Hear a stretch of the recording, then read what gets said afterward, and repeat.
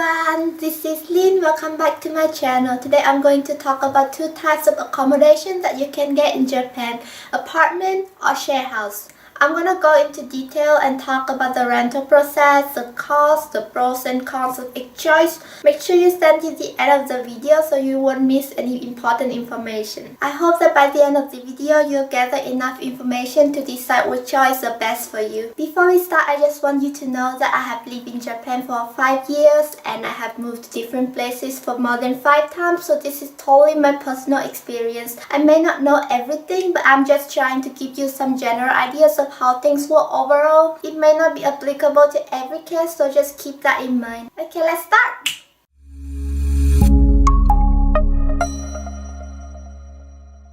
First, we'll start with the traditional way, which is renting an apartment. In Japan, when you want to rent an apartment, you have to go to the fudosan, which is real estate agent.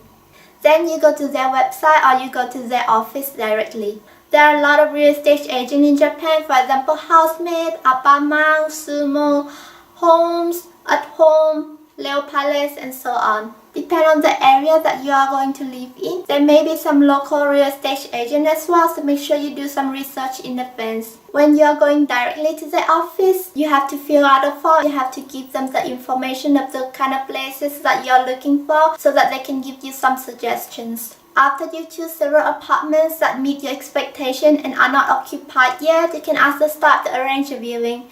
This is definitely something you should do because no matter how good the place may look in the picture, it may look totally different in real life. I think it is always better to go and see the place before making your final decisions. After the viewing, if you love the apartment so much, you think it's definitely the one, you can totally imagine yourself living there for a long time, then it's time to sign the contract. The contract period for an apartment in Japan is normally 2 years. I have never lived anywhere for more than 2 years, so I don't really know what will happen at the end of the contract, so I'm not going to talk about that today. Now I'm going to talk about the pros and cons of this option.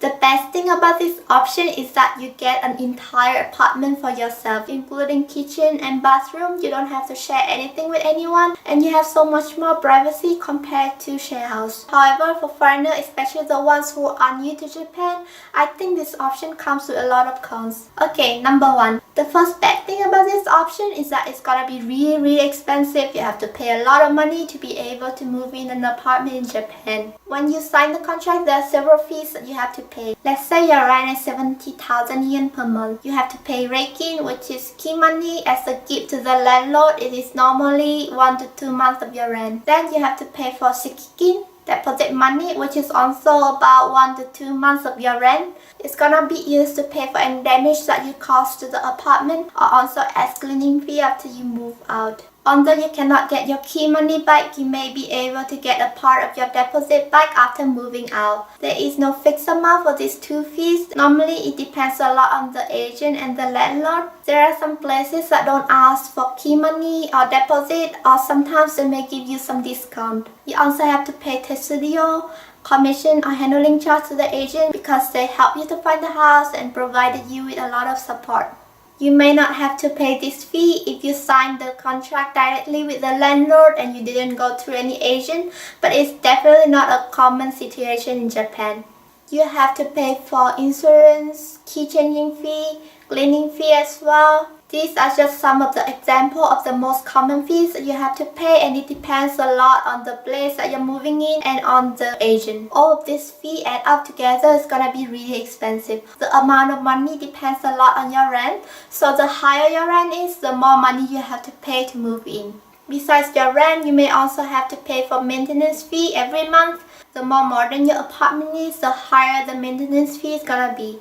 You also have to pay for utility fees like electricity, gas, water, internet. So the more you use, the more you have to pay a cost. In my case, I only stay home in the evening, so normally I pay only 3,000 yen for each of these. What I'm trying to say is that it's gonna be really expensive if you add all of this together. So it's definitely a bad choice for you if you are on a tight budget, or you just move to Japan and just gonna stay for a short time. Moving on to number 2. You find a place that you really like, you are ready to move in, you have enough money to pay for it, but still you may not be able to move in. Why?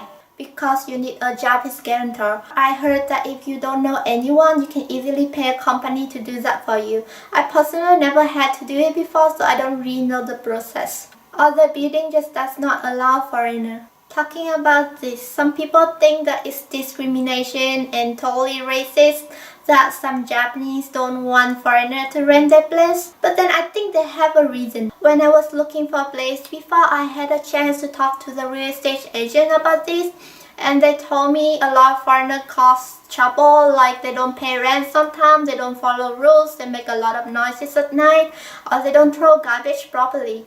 I even heard that one time there's a guy who got drunk and peed from his balcony to downstairs. That's why the landlord just decided to prohibit foreigners to move into that building. I mean, I don't even know why. Why would you pee from the balcony, right? I really don't understand why. Like why? Of course, it is generalizing and some Japanese don't follow the rules as well, but sometimes they just want to be better safe than sorry. They just feel that it's too risky to rent a place to a foreigner. So what I think is that you should not complain about this when you're moving to a new country. You just have to adapt to it. You just have to spend more time and find a place that is happy to have a foreigner like you there. Okay, number 3. The third bad thing is that if you want to rent an apartment in Japan, you should be able to speak Japanese. The reason why is that when you look for an apartment, all of the information that you see is gonna be in Japanese.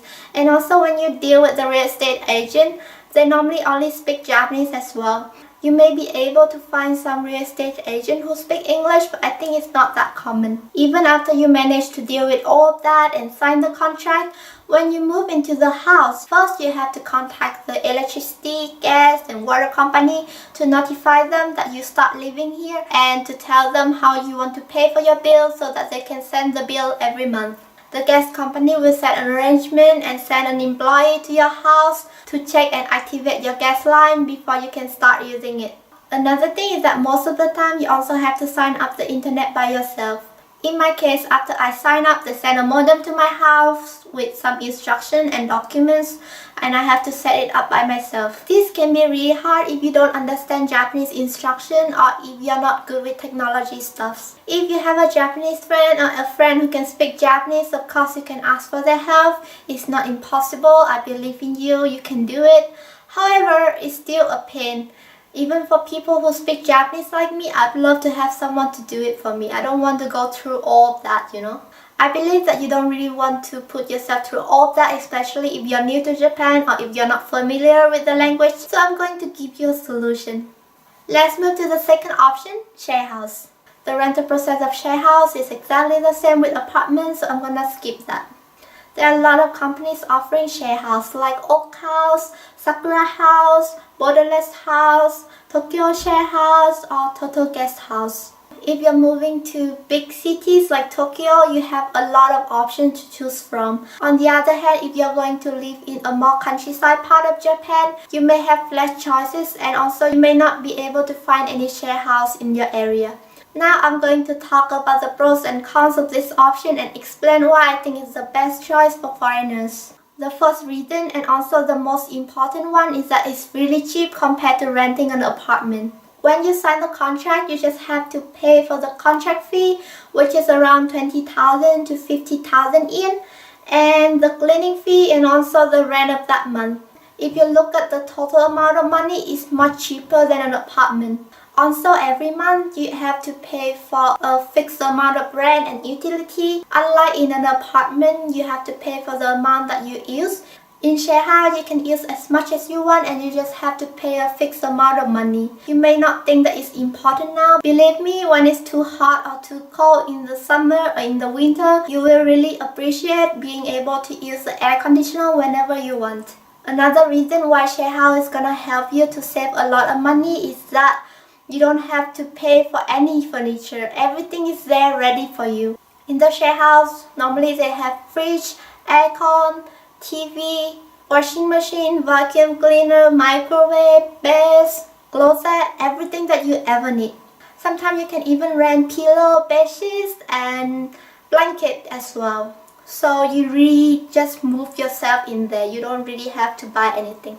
However, if it was a normal apartment, you have to pay a lot for all of this stuff, and it's not really ideal if you just stay in Japan for a short time. Also, if you want to know about the cost to furnish in Japan, please check out my Japanese apartment tour video, which I will put the link in the description box down below. So check that out if you're interested. When you rent an apartment in Japan, normally you have to buy the furniture by yourself as well. Except if you rent from Leo Palace, because normally they have some basic furniture for you already. But that is not really common in Japan. The second advantage of staying in a share house is that it's really foreigner friendly. If you take a look at the website that I suggested before, you'll see that all of them are in English. And if you contact them, they have English speaking staff as well. So it's gonna be really easy for you to go through the rental process. When you move into the share house, you don't have to contact anyone. You can use electricity, gas, water, and internet right away. So it's a really great thing. You can save a lot of time. You don't have to worry too much, especially if you're just new to Japan and you don't know how to deal with things. So I think it's a really good option for foreigners. The only disadvantage of share house that I can think of is that you have to share stuff with people, you have to share the bathroom or the kitchen. But then at the same time, you can meet a lot of new people, you can make new friends from all around the world, and also Japanese friends as well. If you enjoy being with people, it's not really a disadvantage at all. So that is the end of the video. I just talked about the two main types of accommodation that you can get in Japan. I hope that I gave you some basic idea of how it's like. However, there are still so many things that I couldn't cover in this video about accommodation in Japan, so I may make more video about this topic in the future. Please subscribe to me by clicking on this picture right here. I'm posting new video on Monday every week. You can also check out other videos that I have made before right here. Thank you so much for watching until now. If you have any question, feel free to ask me in the comment box below. I will reply to you as soon as possible. See ya!